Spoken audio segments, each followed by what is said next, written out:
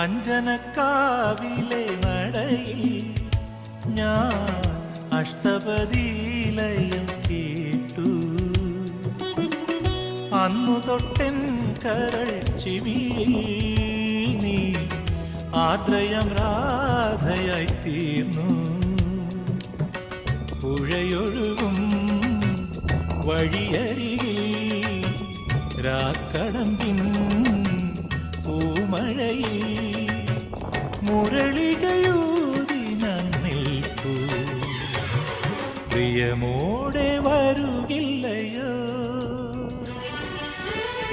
പാതിരപ്പുള്ളുണർന്നു പരൽ മുല്ലക്കാടുണർന്നു.